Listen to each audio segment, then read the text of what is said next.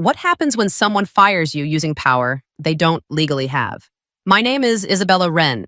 I'm 43 years old, and I've spent the last 20 years inside the company my father built from a rented warehouse and a borrowed desk. I've negotiated supplier crises, absorbed market shocks, and rebuilt departments no one else wanted to touch. I didn't inherit my role. I earned it line by line, quarter by quarter. The quarterly strategy meeting was supposed to be routine. Forecast revisions, acquisition alignment, margin adjustments. Instead, it turned into theater. Vanessa Cross, CEO, Daniel Cross's wife, and the company's self-appointed executive culture advisor rose from her seat before I had finished presenting the operational variance report. "That's enough," she said sharply. "We don't need incompetent people like you steering critical strategy." The room went still. I closed my laptop gently. "Excuse me," Vanessa didn't blink. "The board has approved a restructuring. Your position has been eliminated effective immediately." Across the table, Daniel sat motionless. No objection, no correction, just a slow fold of his hands, as if silence could pass for endorsement. "The board approved this," I asked calmly. "That's what I said," Vanessa replied, sliding a document across the table. A termination memo, company letterhead, executive authority signature block. Daniel's name was printed neatly at the bottom. No board resolution number, no compliance notation, no HR representative in the room, just borrowed authority wrapped in confidence. I stood, no raised voice, no trembling hands. 20 years in corporate rooms had taught me one thing. Composure unsettles more than anger. "Understood," I said, gathering my folder. "Thank you for the clarity." Vanessa looked almost disappointed. She'd expected outrage. Maybe tears, maybe a scene. Instead, I walked out of that boardroom without another word, and Daniel never called after me. And as usual, this story is a work of fiction, created by our editorial team for storytelling purposes. All characters, events, and organizations are fictional. Any resemblance is purely coincidental. Thank you, and let's continue. The first time I learned about the trust, I was 40 years old, not 25, not fresh out of graduate school, not naive, 40. My father had structured it that way deliberately. He believed power given too early distorted judgment. So he built something layered, patient, and invisible. 90% of the company's voting shares were placed into an irrevocable holding trust the year before he passed. Not directly under my name, not publicly. They sat behind a proxy voting structure, dormant, legally sound, but inactive, until I chose to file an activation notice. Until then, the board assumed ownership was dispersed across estate vehicles and legacy allocations. Technically, they weren't wrong. They just didn't know who controlled the proxy. When I turned 40, the trustee handed me a sealed binder. "You have full voting authority," she said, "including the right to call a special shareholder meeting and remove executive leadership without requiring a second vote." There was also a clause my father insisted on adding: an emergency governance override.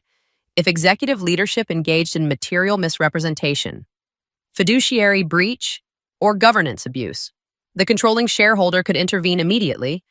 No waiting for consensus, no begging for alignment. For 3 years. I did nothing with it. Not because I didn't see the shifts happening. I saw Vanessa's increasing presence in operational reviews. I saw Daniel defer when he shouldn't. I saw HR complaints quietly redirected. I saw margin compression disguised as strategic investment. But I wanted to lead without the shadow of inheritance. I wanted to earn influence, not exercise ownership. Power's loud when used too early. My father knew that. So did I. The trust wasn't a weapon. It was structure. And structure doesn't react to ego. It waits for breach. When Vanessa slid that termination memo across the table and invoked board approval that never happened, something subtle shifted, not emotionally, legally. The clause my father wrote wasn't triggered by insult. It was triggered by misuse of authority. And now the question wasn't whether I owned 90%. It was whether the company's leadership had just given me a reason to use it. When does patience become negligence? The first time I learned about the trust, I was 40 years old, not 25, not fresh out of graduate school, not naive, 40. My father had structured it that way deliberately. He believed power given too early distorted judgment. So he built something layered, patient, and invisible. 90% of the company's voting shares were placed into an irrevocable holding trust the year before he passed. Not directly under my name, not publicly. They sat behind a proxy voting structure, dormant, legally sound, but inactive until I chose to file an activation notice. Until then, the board assumed ownership was dispersed across estate vehicles and legacy allocations. Technically, that they weren't wrong. They just didn't know who controlled the proxy. When I turned 40, the trustee handed me a sealed binder. "You have full voting authority," she said, "including the right to call a special shareholder meeting and remove executive leadership without requiring a second vote." There was also a clause my father insisted on adding: an emergency governance override. If executive leadership engaged in material misrepresentation, fiduciary breach, or governance abuse, the controlling shareholder could intervene immediately. No waiting for consensus, no begging for alignment. For 3 years, I did nothing with it. Not because I didn't see the shifts happening. I saw Vanessa's increasing presence in operational reviews. I saw Daniel defer when he shouldn't. I saw HR complaints quietly redirected. I saw margin compression disguised as strategic investment. But I wanted to lead without the shadow of inheritance. I wanted to earn influence, not exercise ownership. Power is loud when used too early. My father knew that. So did I. The trust wasn't a weapon. It was structure. And structure doesn't react to ego. It waits for breach. When Vanessa slid that termination memo across the table and invoked board approval that never happened, something subtle shifted. Not emotionally, legally. The clause my father wrote wasn't triggered by insult. It was triggered by misuse of authority. And now the question wasn't whether I owned 90%. It was whether the company's leadership had just given me a reason to use it. When does patience become negligence? I didn't go home and rage. I went home and opened a folder. 20 years in operations teaches you something most executives never learn: emotion fades. But documentation survives. The termination memo Vanessa slid across the table sat neatly on my kitchen counter that evening. Company letterhead.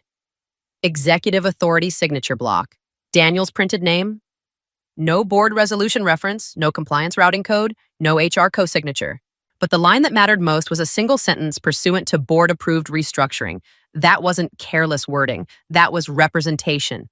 And representation, when false, becomes liability. I logged into my archived executive email and searched for any board vote, motion, or restructuring notice tied to my role. Nothing.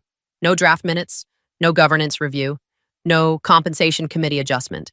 Then I found the company-wide email Vanessa sent 20 minutes after I left the building. Following today's board-backed leadership realignment, board-backed. I forwarded both documents to my private counsel with one line: "Please confirm governance exposure." Within an hour, he called. "If the board did not authorize this," he said carefully, "and executive authority was represented as such." "That's material misstatement." "Fiduciary?" I asked. "Potentially." I didn't smile. This wasn't about revenge, then it was about sequence. I requested a copy of the last 3 board meeting summaries through standard shareholder access channels quietly, without escalation. If I was going to move, I would move on record. By midnight, I'd assembled a clean timeline. Public termination under implied board authority. Written communication repeating false governance backing. No documented vote. No compliance review receipt. Level 1, clear, contained, verifiable. I wasn't looking for drama. I was looking for breach. Because once governance integrity fractures, it doesn't repair itself. It either gets ignored or it gets corrected. And correction requires structure. How many leaders assume no one is reading the fine print? The next morning, I met with 2 people who understood power better than most executives ever would: the corporate attorney who had drafted my father's trust, and the trustee who had managed it quietly for years. We didn't speak about emotion. We spoke about exposure. I laid the documents across the conference table. Termination memo, internal email, board summaries. The attorney adjusted his glasses and read slowly. "If the board did not authorize restructuring," he said, "and executive leadership represented that they did. That's governance misrepresentation." "Does spousal involvement complicate it?" I asked. He didn't hesitate. "If a non-elected individual exercised executive authority or influenced operational termination decisions, it raises fiduciary concerns." The trustee slid another folder toward me. I've been tracking performance trends, she said calmly. Executive bonuses increased 19% last year. Revenue growth was flat. Employee turnover rose 12%. And there are 3 unresolved discrimination complaints under HR review. I absorbed the numbers without reacting. None of this alone was catastrophic. Together, it formed a pattern. Executive overreach, weak oversight, inflated projections, suppressed internal risk signals. The attorney leaned back. If you activate the emergency governance override, the board will be legally obligated to respond. But understand this once you file. There's no quiet resolution. It becomes public within governance channels. Could Daniel challenge the trust, I asked? Unlikely. The proxy structure is airtight. But he could attempt to delay, to frame this as personal retaliation. Retaliation. The word lingered. For 3 years, I had chosen patience over ownership. I wanted leadership to evolve without intervention. Now the fault line was visible. Not because Vanessa insulted me, but because she claimed authority that did not exist. Governance fails slowly until someone forces it to answer. The trustee closed the folder. The question isn't whether you can act, she said. It's whether you're ready for what acting costs. If integrity cracks at the top, who pays for the silence beneath it? Vanessa could have stopped at humiliation. She didn't. At 9:12 a.m. the following Monday, a company-wide email went out under the executive distribution list. Subject: Leadership Realignment. Effective immediately. Isabella Wren has been removed from her position pursuant to board-approved restructuring. This decision reflects our commitment to stronger executive vision and operational modernization. Board approved. The phrase was deliberate. Within minutes, access permissions were revoked, my corporate email deactivated, my name removed from the executive directory, the internal org chart updated to reflect interim oversight under CEO supervision. Daniel's digital signature appeared at the bottom of the memo. Not a counter signature, a confirmation. By 9:40 a.m., 2 department heads texted me screenshots and did this actually go through the board? It hadn't. At 10:05 a.m., my private counsel called. This is escalation, he said quietly. The representation is now formal. They've repeated the claim in writing, under executive authority, material governance misrepresentation, not emotion, not insult, representation of authority that did not exist. That was the trigger. At 10:22 a.m., I opened the activation binder. The emergency governance override clause required only 3 steps. File controlling shareholder activation notice, submit request for special shareholder meeting, provide documented evidence of material breach. I completed the notice in 22 minutes. At 10:51 a.m., the trustee countersigned electronically. At 11:03 a.m., a formal notification was delivered to all board members, corporate legal counsel, executive governance office. Subject line notice of activation, controlling shareholder authority, 90%. The message was brief.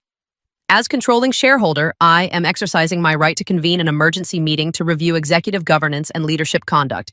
Supporting documentation attached. There was no dramatic language, no accusation, just structure.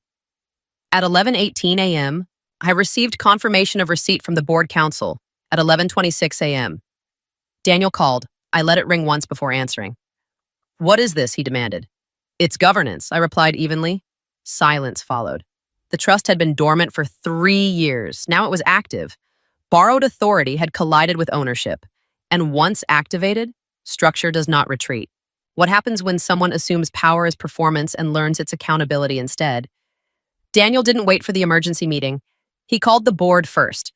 By the time I arrived at corporate counsel's office for preliminary coordination, a counter-narrative was already circulating. Controlling shareholder interference, Daniel had framed it. Emotional retaliation disguised as governance. Vanessa, I was told, had contacted an outside communications firm within hours of the activation notice. A draft press statement was being prepared in case the board session leaked. Founder's daughter attempts power grab? Predictable. But Daniel didn't stop at messaging. At 2:14 p.m., my attorney forwarded me a formal letter from his legal team.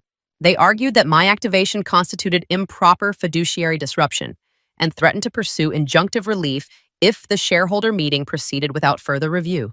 He was trying to stall. If he could delay the vote, he could stabilize perception. If he stabilized perception, He could isolate me. If he isolated me, he could frame this as inheritance overreach. There was also something else.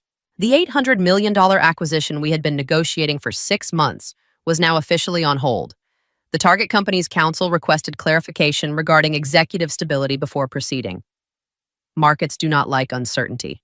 By late afternoon, trading volume had spiked. The stock closed down 3.1% on unusual activity. Not catastrophic, but noticeable. That was Daniel's leverage. "Are you prepared for volatility?" my attorney asked quietly. "He's betting you'll hesitate once the market reacts." I thought of Marcus, my closest ally in operations, who had texted earlier. "Is this necessary? People are nervous." Yes, it was necessary, but necessary doesn't mean painless. At 6:03 p.m., Daniel finally called me directly. "You're destabilizing the company," he said. "No anger now, just calculation." "I'm stabilizing governance," I replied. "You think the board will let you remove me without consequence?" "I think the board prefers compliance over headlines." There was a long pause. "This won't end cleanly," he said. It already didn't. I answered. Resistance wasn't loud anymore, it was strategic, and the question was no longer whether I could remove him. It was whether the company could withstand the pressure before I did. When power feels cornered, does it retreat or double down? The boardroom was a vacuum. No air, no sound, just the hum of the HVAC system. Daniel sat at the head of the table, his posture an armor of feigned confidence. Vanessa was gone, escorted out an hour earlier after her badge was remotely deactivated.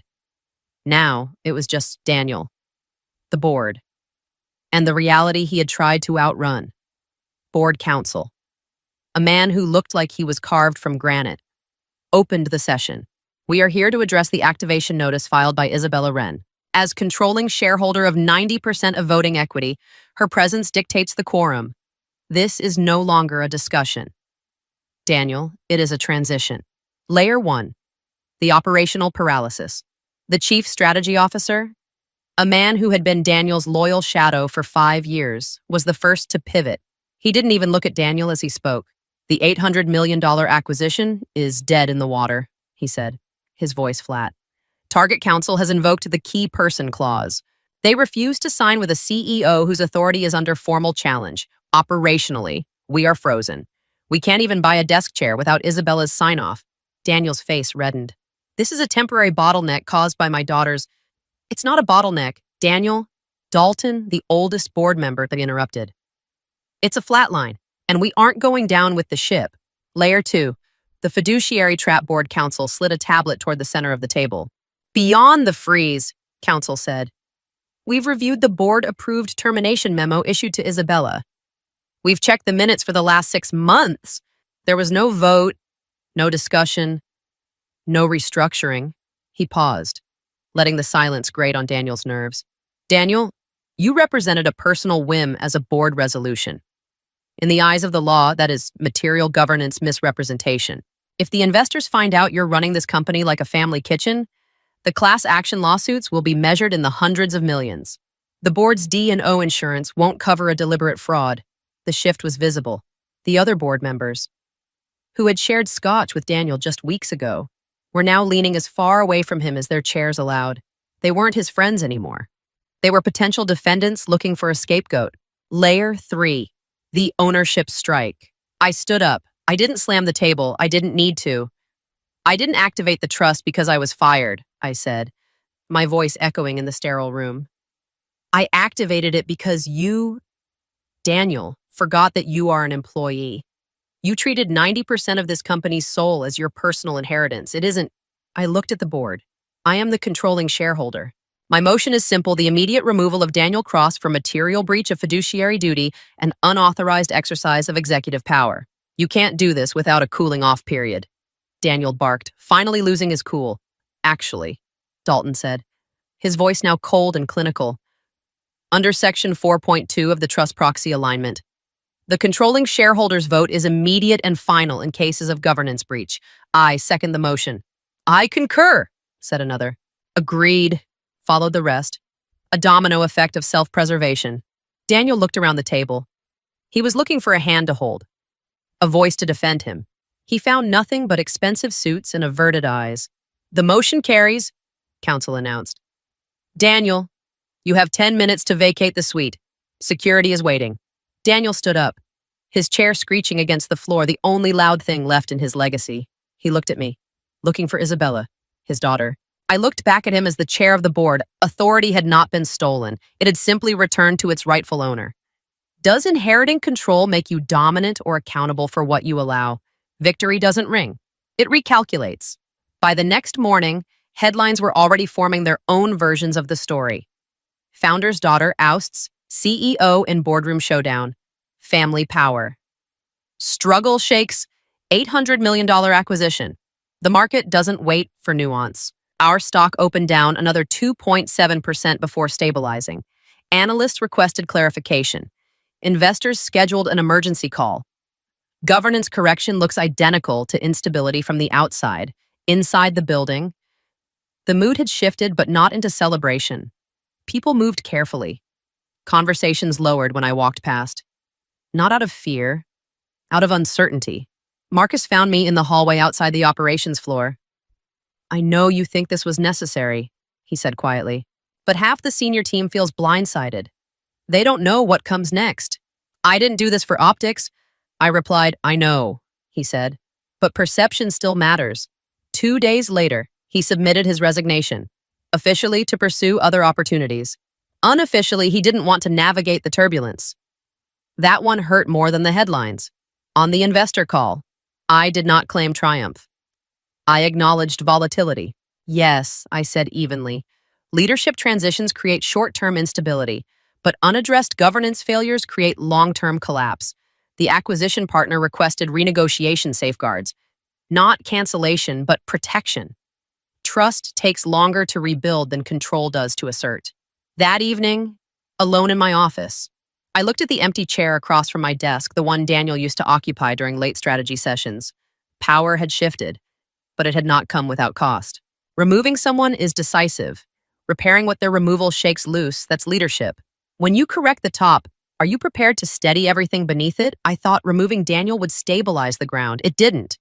It exposed what had been quietly rotting underneath. 3 days after the board vote, our general counsel requested a closed-door session. There's something you need to see, she said. On the screen were archived executive approval logs, expense authorizations, consulting retainers, strategic advisory contracts approved under Vanessa's executive credentials. Most were inflated. Some were duplicated. One was tied to a shell consulting firm registered to a holding company linked to Daniel's private investments. Not illegal on its face, but dangerously close. If this becomes public, counsel said carefully, it won't be framed as a governance correction. It will be framed as internal corruption. Operational instability was one thing. Regulatory scrutiny was another. Then came the email.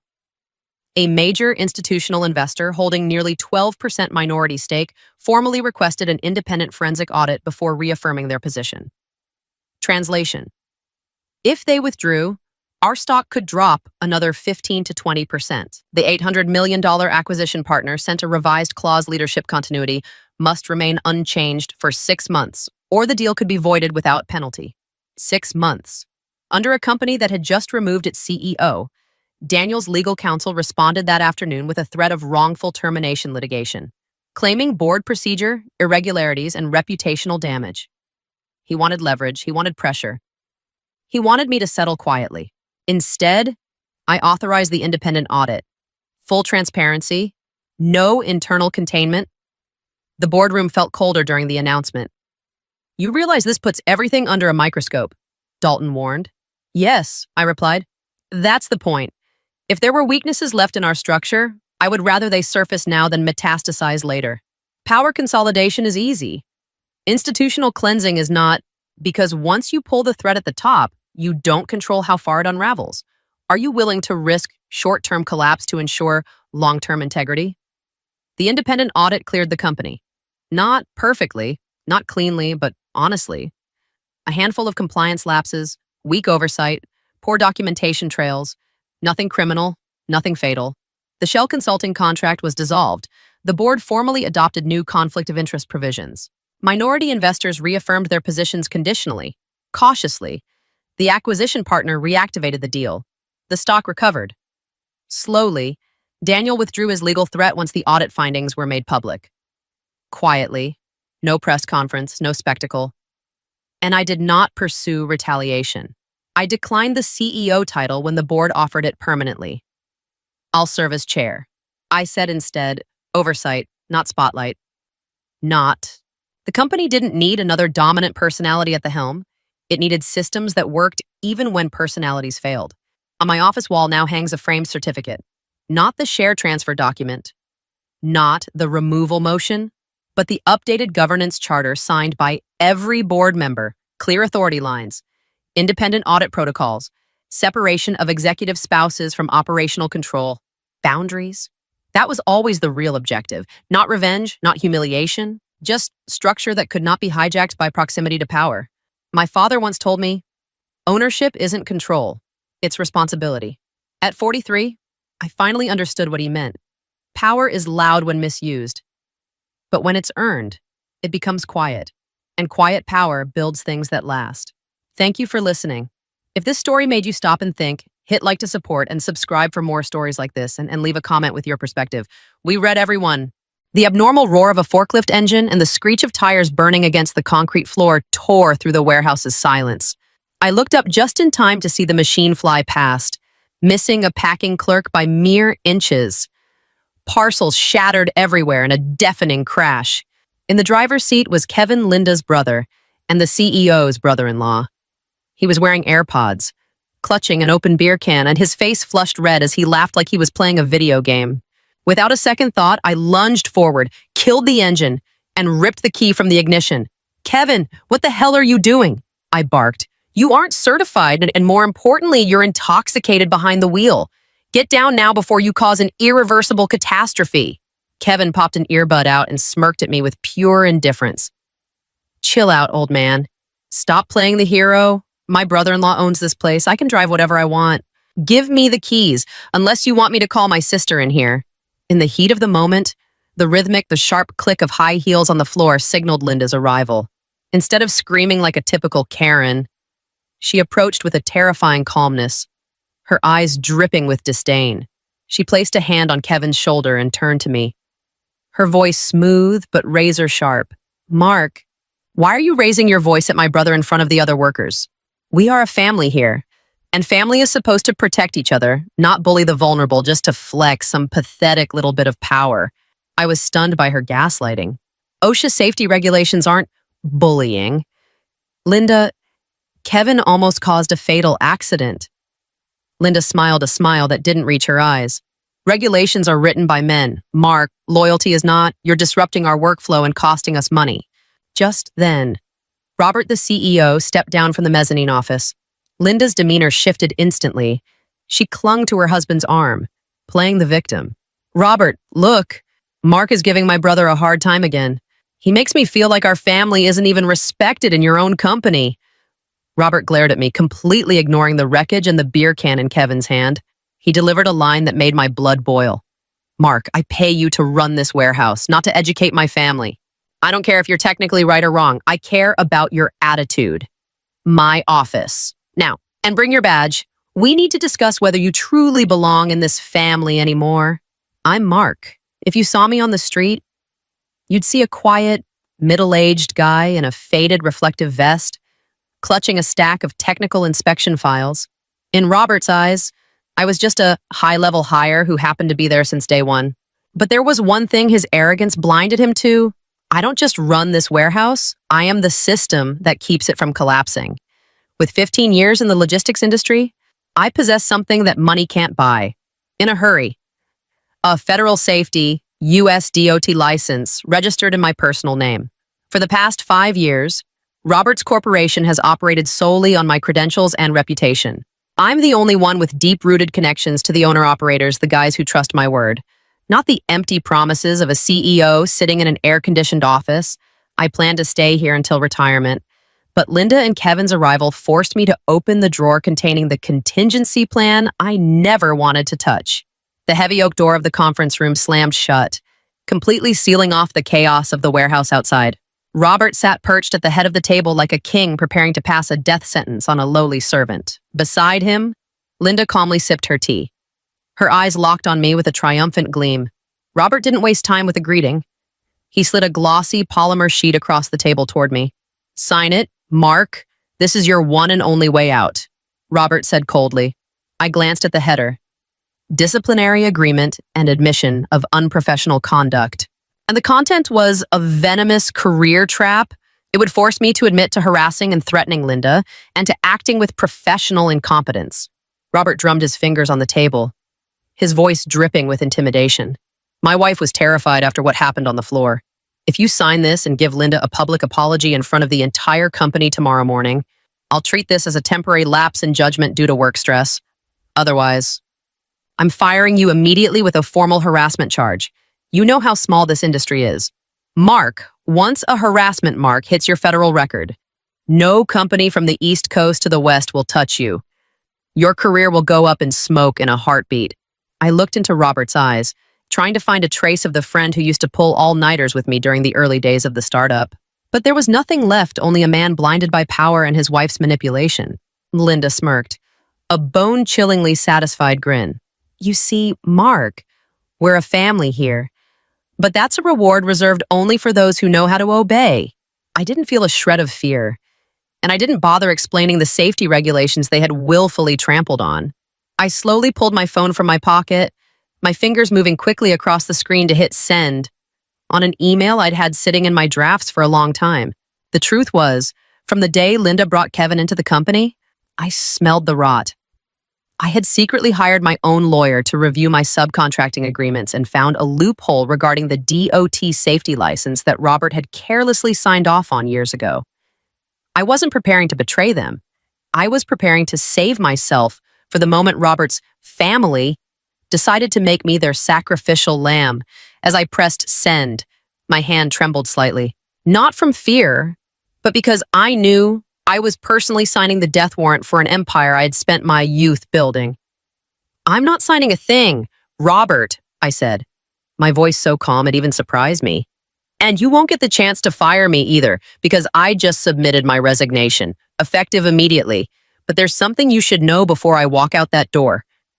Robert raised an eyebrow, about to interrupt, but I pushed forward.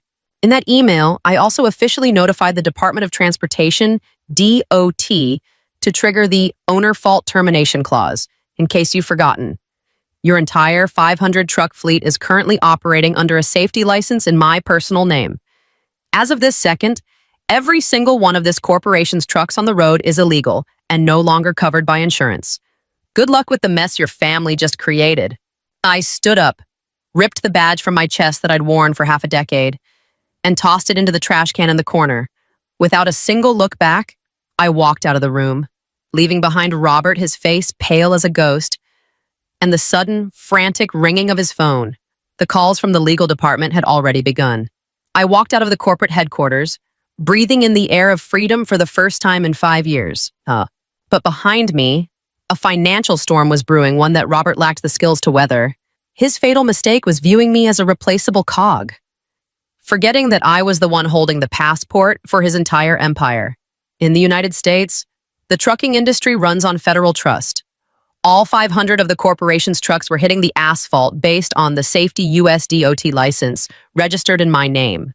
The moment my notification email to the Department of Transportation DOT was confirmed, Robert's entire fleet legally became ghosts, operating illegally on every highway in the country. Just 2 hours after my departure, Linda, with her blind overconfidence, appointed Kevin to take my place. Desperate to offset the chaos and prove the power of their nepotism, Kevin began ordering drivers to blow past their regulated hours, committing flagrant violations of ELD electronic logging device laws. He didn't realize that in this industry, cutting corners on driver rest periods is legal suicide. The first explosion hit at 4 p.m. One of our veteran drivers was pulled over by state troopers at a way station in Ohio. When the officers scanned the DOT code, the system flashed red safety license suspended. The truck was immediately impounded on the spot. But that wasn't even the worst part. When the insurance company received word of the incident, they conducted an emergency audit of the management records and discovered Kevin, a man with 0 professional certifications, running the show in my stead. The result was a total catastrophe. The insurance provider immediately canceled the policy, citing a violation of risk management provisions. Losing insurance meant Robert's empire was officially dead in the water. Industry giants like Amazon and Walmart use automated scanning systems that are incredibly strict. Within 30 minutes of the insurance cancellation, emergency contract termination notices began raining down on Robert's office like a monsoon. Billion-dollar contracts evaporated in a single afternoon. Word spread like wildfire through the trucking community, and the owner-operators who only ever worked there because they trusted me collectively shut off their engines and turned their rigs around. On the stock market, the corporation's share price entered a terminal freefall. Robert and Linda wanted to put family above everything else. And now, that very family was sinking together into the bottomless abyss of an unsalvageable bankruptcy. 3 days after I walked out, Robert's world collapsed faster than anyone could have imagined. But instead of a bankruptcy filing, I received a phone call in the middle of the night. Robert's voice was stripped of its usual arrogance. It was trembling, broken, and filled with utter despair. Mark, I'm so sorry. Linda and Kevin have ruined everything. The company is burning down and you're the only one who can put out the fire. For the sake of our friendship from the early days, please come to the office one last time. I'll sign whatever you want. Just please, save my life's work. I tossed and turned all night, even though they had humiliated me. I couldn't bear to watch the empire I'd spent 5 years building go up in smoke. The next morning, I walked into the corporate headquarters with the intention of lending Robert a hand to stabilize the situation before I truly moved on. But as I stepped into the lobby, there was no handshake of reconciliation. 2 police officers suddenly emerged from the shadows, blocking my path. Robert descended the stairs, his face devoid of the desperation he had shown the night before. Instead, he wore a venomous smirk and a gaze filled with murderous intent. Linda stood beside him, clutching a folder, looking as triumphant as a hunter who had just bagged their prey. "You're so naive, Mark," Robert laughed, his voice echoing through the lobby. "You really thought I'd just hand this company over to you? The police are here to arrest you for sabotaging our security systems and stealing trade secrets. I've already filed a lawsuit against you in federal court. You're going to rot in prison before you ever see that damn license of yours do you any good." Linda curled her lip in sheer contempt. "Thank you for walking straight into your own arrest. You really are just a stupid hired hand with cheap compassion." My heart sank, not out of fear, but out of pure disgust. It turned out my kindness was the very weapon they used to stab me in the back once again. I looked at Robert, the man I used to share cheap beers with when we first started out, now transformed into a monster completely corrupted by power. "You're right, Robert. I was naive to believe you had a shred of humanity left," I said.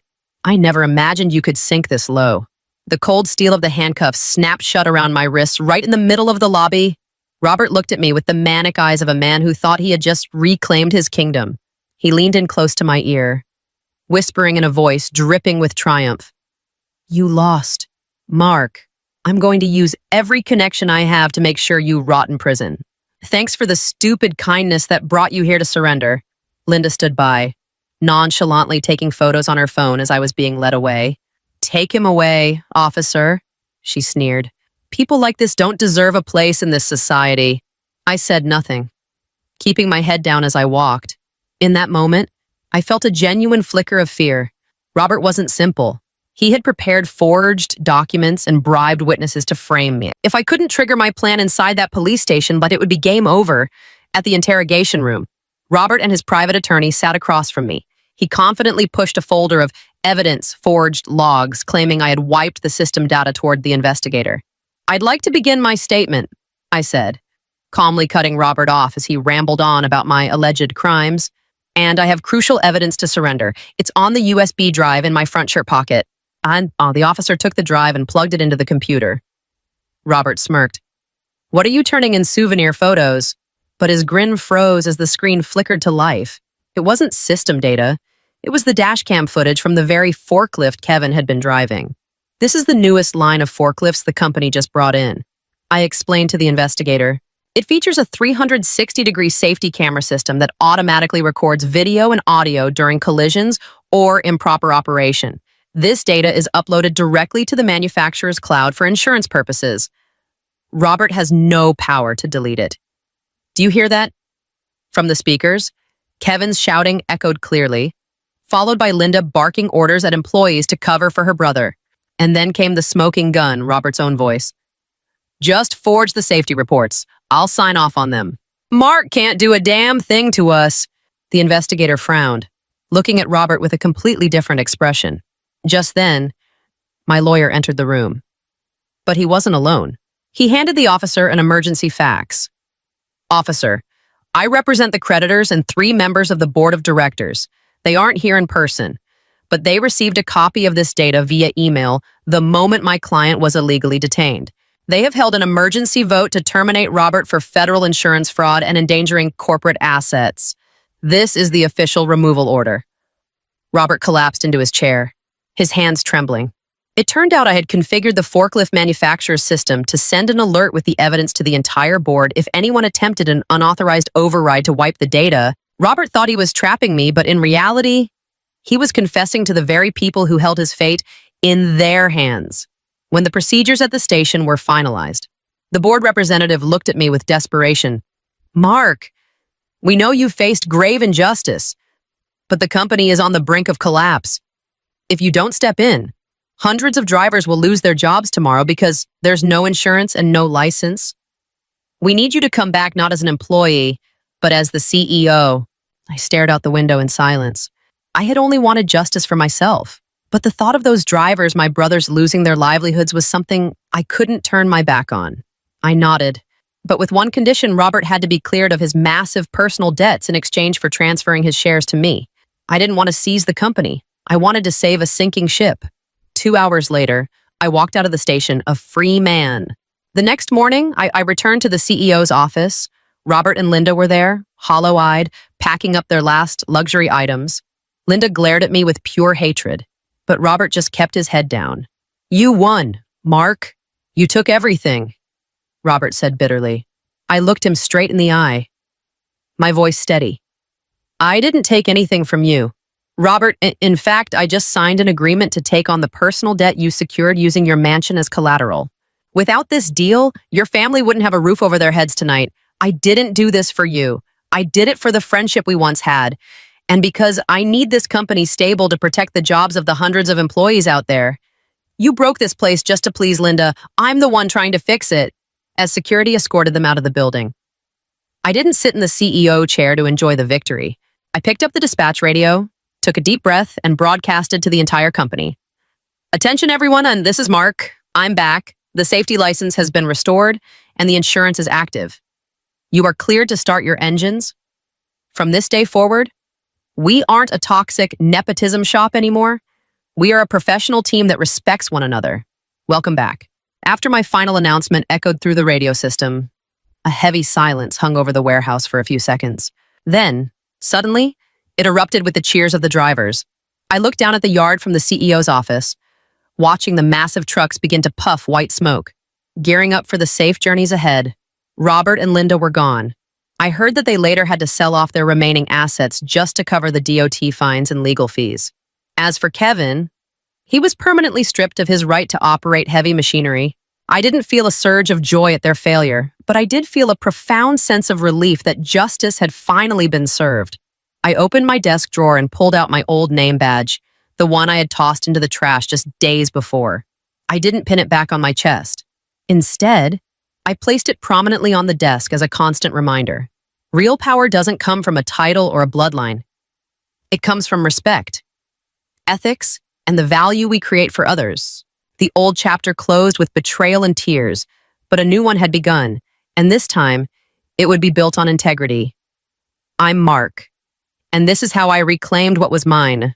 What happens when loyalty is replaced in front of witnesses? My name is Eleanor Vance. I'm 44 years old, and I've spent 11 of those years building the enterprise division of Hayes Strategic Group from a fragile revenue stream into a $500 million annual recurring revenue enterprise portfolio.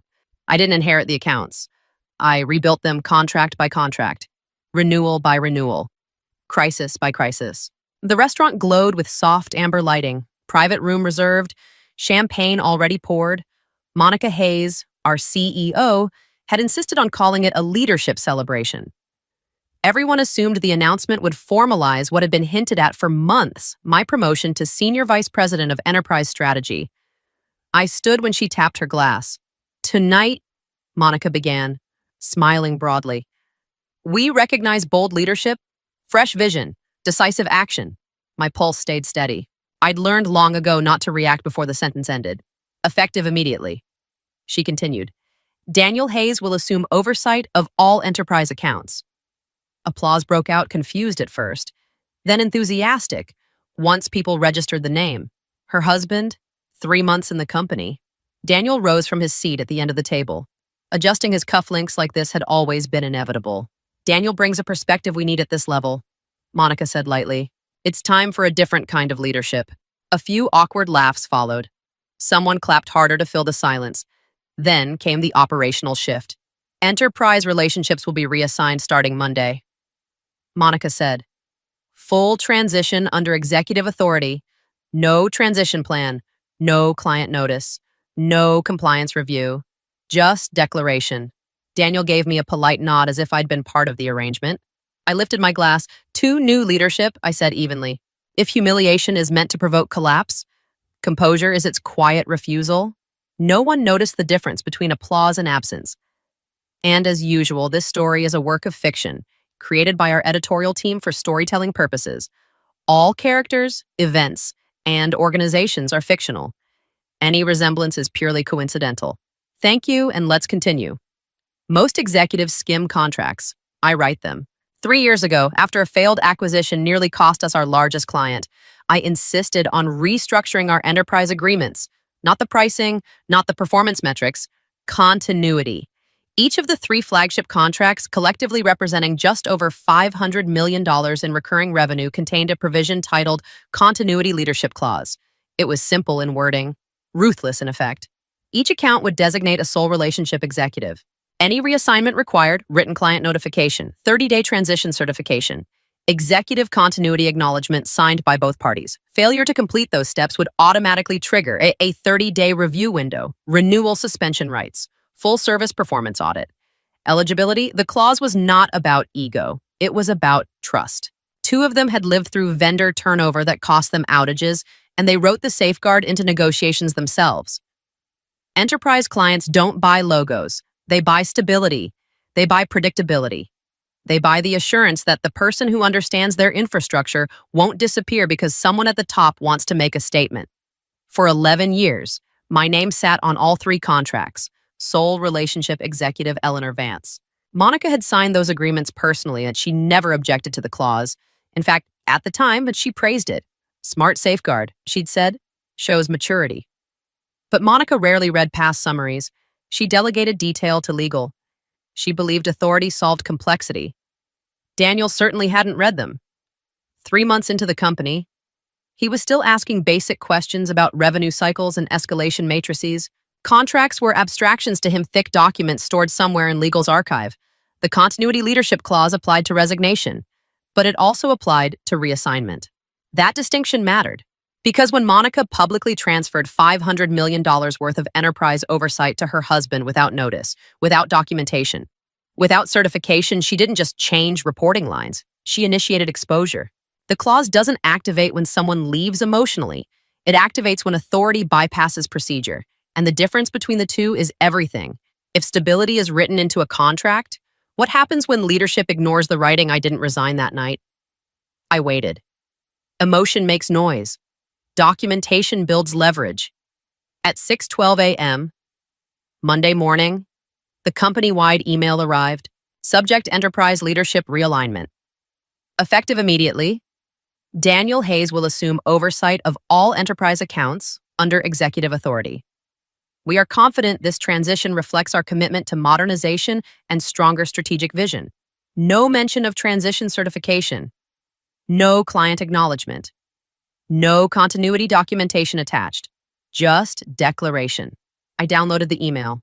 Then I opened the archive contracts. Clause 9.4, continuity leadership. The language was clear. Reassignment required written client notice and 30-day certification prior to authority transfer.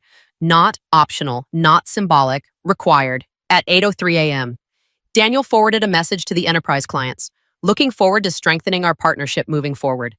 No reference to transition protocol, no acknowledgement of reassignment documentation. That was the moment it shifted from insult to exposure. I began building a clean timeline.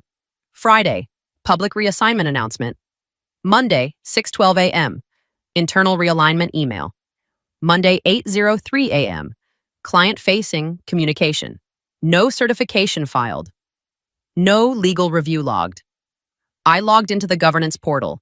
No board vote authorizing structural reassignment. No compliance memo. No continuity acknowledgement. This wasn't just premature, it was procedurally incomplete. At 9:27 a.m., I submitted my resignation to HR. Effective immediately. Not dramatic, not accusatory, professional. If I stayed, they could claim I approved the transition by participation. So I resigned cleanly so the record would show they acted alone. Because the clause didn't care about my feelings, it cared about designation. And once my name was removed without certification, the 30-day review window became eligible for invocation by any client who chose to read carefully. Most executives assume clients don't, but enterprise legal teams always do. When authority moves faster than compliance, who notices first, the company or the client? Monday didn't explode. It proceeded. At 9 a.m., Daniel Hayes logged into the enterprise dashboard for the first time with full administrative privileges, provisioned through an emergency access request approved in minutes. The system reflected the reassignment immediately. His name now appeared under all 3 flagship accounts. No transition certification had been filed. No 30-day continuity notice had been sent. No client acknowledgement had been logged. But the org chart had changed. And in most companies, that is mistaken for legitimacy. At 10:14 a.m., the first enterprise client responded to Daniel's introduction email. Please confirm formal continuity documentation under Section 9.4. Polite, precise. Daniel forwarded the message to legal. Can someone handle this, he wrote. Legal requested the transition package. There wasn't one. By noon, 2 additional clients had asked similar questions. Not accusatory, not hostile, just careful. Enterprise clients are accustomed to volatility in markets. They are not accustomed to volatility in representation.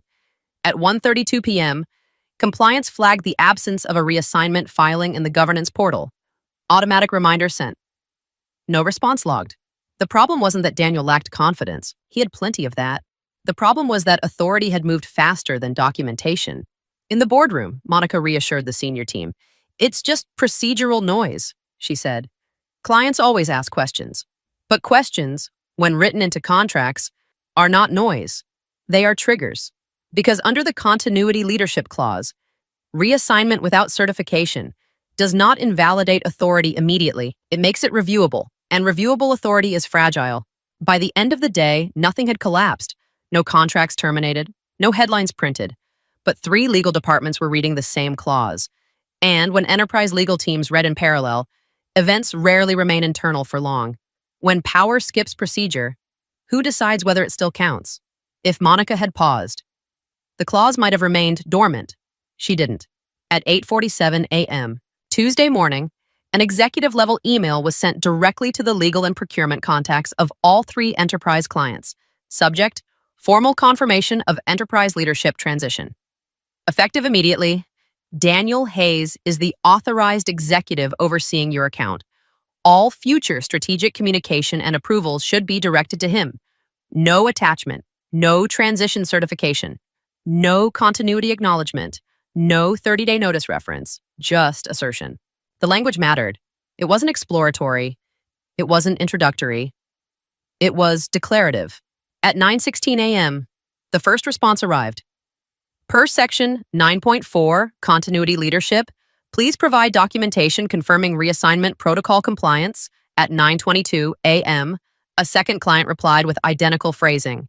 Legal departments don't improvise. They quote, by 9:31 a.m., internal compliance flagged the issue as contractual review eligible. That was the line. Under the clause, reassignment without certification triggered a 30-day review window at the client's discretion. At 9:47 a.m., Client 1 formally invoked it. Pending verification of continuity compliance, we are initiating a 30-day performance and governance review as permitted under Section 9.4. The email was copied to Hayes Strategic Legal Board Oversight Liaison CFO Office at 10:02 a.m. Client 2 followed at 10:11 a.m. Client 3 requested a temporary renewal freeze pending review outcome. 3 contracts, $500 million in recurring revenue exposure. Not terminated. Paused. At 10:18 a.m., CFO Michael Trent called Monica directly. What documentation did we send before the reassignment, he asked. Silence. Then, we'll manage it. But revenue doesn't respond to optimism. By noon, finance had flagged a potential 18% earnings vulnerability if even one renewal shifted under review. Investor chatter hit fast. By close, the company was down small but noticeable. No scandal, no press release, just measurable risk. The clause had not been activated by resignation. It had been activated by representation.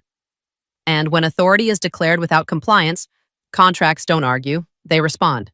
What happens when confidence signs an email? A contract refuses to recognize confidence performs well in meetings. Metrics perform everywhere else. By Wednesday morning, Daniel's calendar was full. 3 enterprise accounts under 30-day review meant 3 parallel audit streams. Service tickets were reclassified as priority visibility. Escalations that once passed quietly through my direct line now surfaced in shared dashboards. At 9:05 a.m., Client 1 requested a full performance summary for the previous 2 quarters' response times, resolution metrics, executive escalation records. At 9:22 a.m., Client 2 asked for written confirmation of who held final strategic approval authority during the review window. Daniel forwarded both requests to operations. Pull whatever Eleanor used to send, he wrote. There wasn't a template. There was history. And history lives in relationships, not folders. By noon, response time thresholds began slipping. One escalation missed the executive response window. Another slipped past SLA under review. Minor on paper, significant under review. Compliance flagged the deviation. At 1:47 p.m., Finance circulated an internal update. Preliminary forecast adjustment required if review window extends beyond 30 days. Potential exposure, $87 million in deferred renewal timing. Deferred doesn't mean lost, it means uncertain. Uncertainty is what markets punish. By 3:10 p.m., the investor relations team had drafted contingency language for the upcoming earnings call carefully worded. Non-alarmist, but undeniably cautious. Temporary client governance reviews impacting renewal scheduling. That phrase alone erased the illusion of control.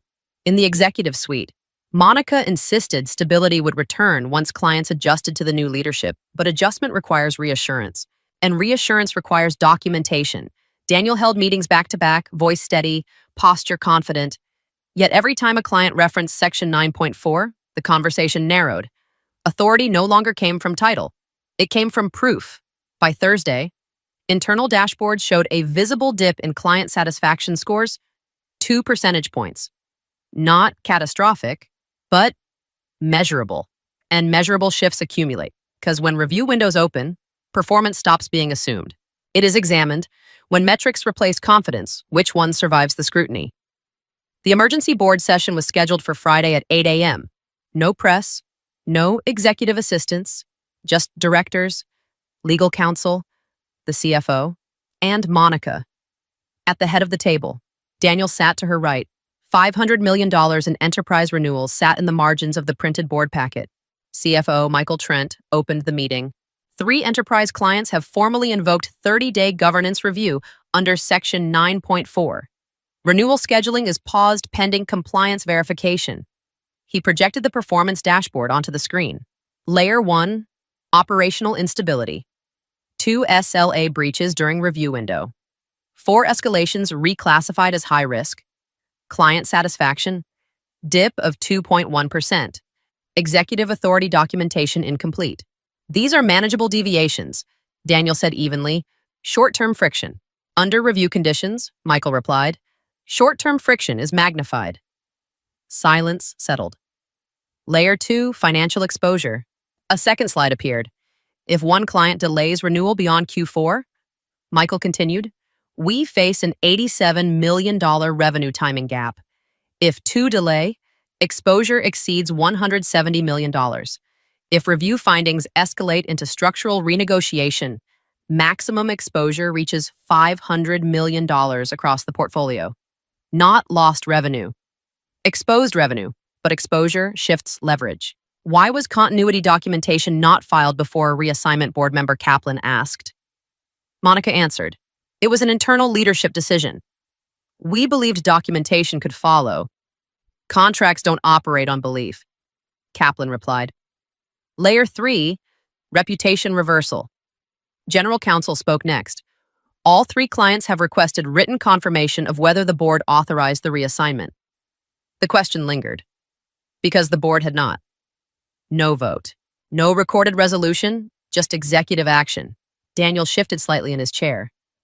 We acted within executive authority. You acted, Kaplan corrected, without procedural compliance. And that distinction was now written into 3 legal correspondence threads shared with their procurement departments. If clients determined governance instability, renewal leverage would invert. The board did not raise their voices. They recalculated. By 9:12 a.m., a motion was introduced, immediate suspension of Daniel's direct oversight pending review, mandatory compliance certification, submission within 72 hours, independent audit of executive reassignment procedures. The motion passed. It wasn't about punishment. It was containment, not unanimously, but decisively. Authority had not collapsed dramatically. It had narrowed. Monica remained CEO. Daniel retained his title, but operational oversight returned temporarily to interim committee control. And for the first time that week, the room felt smaller. Because titles survive embarrassment, they rarely survive documented exposure. When leadership bypasses structure, who ultimately governs the executive or the contract? Stability returned slowly, never dramatically. By Monday, compliance had submitted retroactive continuity documentation to all 3 enterprise clients. Transition certification was formally drafted. The board's interim oversight committee assumed temporary supervision of the accounts. Technically, the damage had been contained. Practically, the cost had already been recorded. The stock recovered half of its drop, but not all. Analysts adjusted their outlook from stable growth to cautious hold. Investor calls shifted tone.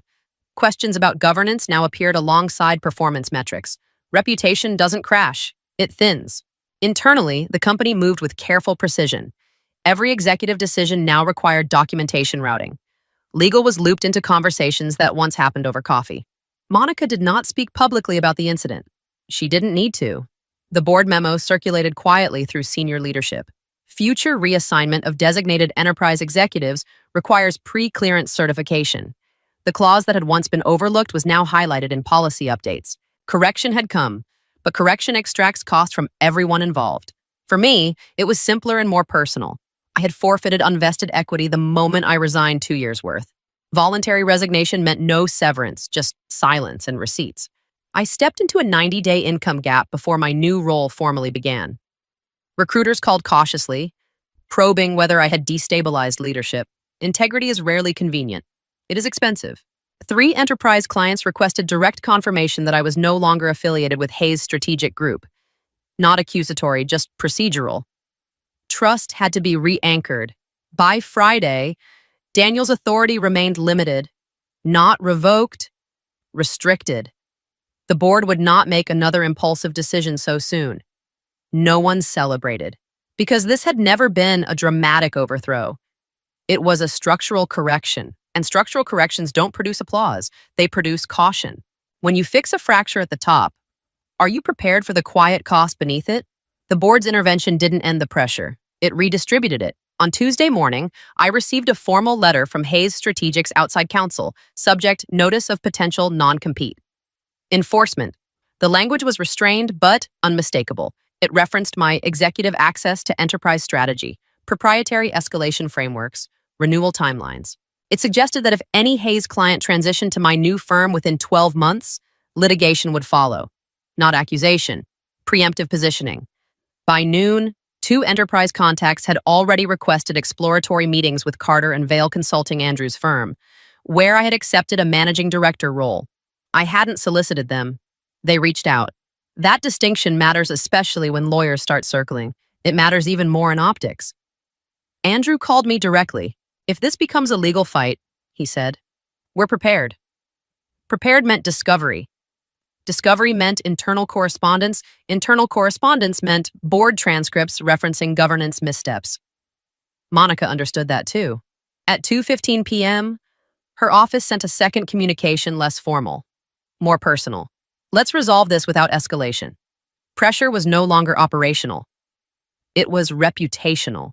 If Hayes pursued litigation and lost by Mossad's, they would expose procedural negligence in public filings. If they didn't pursue it, they risked appearing weak. Either path carried cost.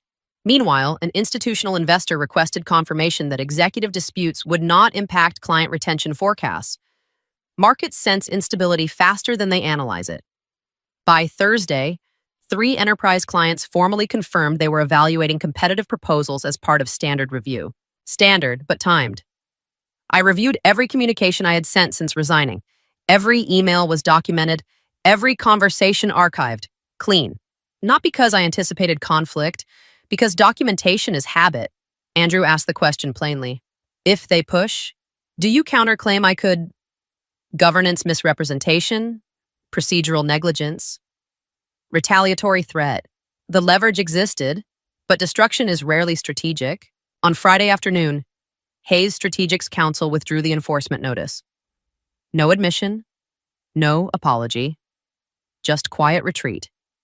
Pressure had come from legal, from investors, from optics. It had not broken me. It had revealed the limits of their own exposure. If you have the power to escalate publicly, is restraint weakness or strategy? The acquisition never collapsed. It recalibrated. 30 days after the review window opened, all 3 enterprise clients formally closed their governance audits. No breach findings, no termination. Just amended continuity language and reinforced documentation protocols. Hayes, Strategic survived, but it did not emerge unchanged. Daniel's executive authority over enterprise accounts was permanently removed. The board restructured reporting lines to require dual signature certification for any future reassignment of designated relationship executives. A new governance amendment was adopted. No related party may hold operational authority without independent board review. It wasn't written because of me. It was written because of exposure. Monica remained CEO, publicly composed, privately constrained. Authority that once moved unchallenged now required documentation trails and board oversight. Correction had become policy. As for me, I began my first official quarter at Carter & Vale Consulting with 3 exploratory enterprise partnerships, not transfers. Not poaching, just clients exercising choice. My 90-day income gap ended. My unvested equity remained forfeited. 2 former colleagues never spoke to me again. One quietly reached out months later to say, "You were right. I wasn't trying to be right. I was trying to be respected. There is a difference." Monica sent one final message, brief and carefully neutral. "We wish you continued success." No acknowledgement of the promotion party. No acknowledgement of the email that triggered $500 million in review exposure. Just closure. But closure is not reversal. Respect offered after leverage shifts is not respect. It is correction. And correction is not retroactive. The framed document in my new office isn't a contract. It's a simple printed line from the amended governance charter. Continuity is not optional because loyalty without procedure is vulnerability, and authority without structure eventually answers to both. Respect is not retroactive. It is demonstrated or it costs. Thank you for listening. If this story made you stop and think, hit like to support, subscribe for more stories like this, and leave a comment with your perspective. We read everyone,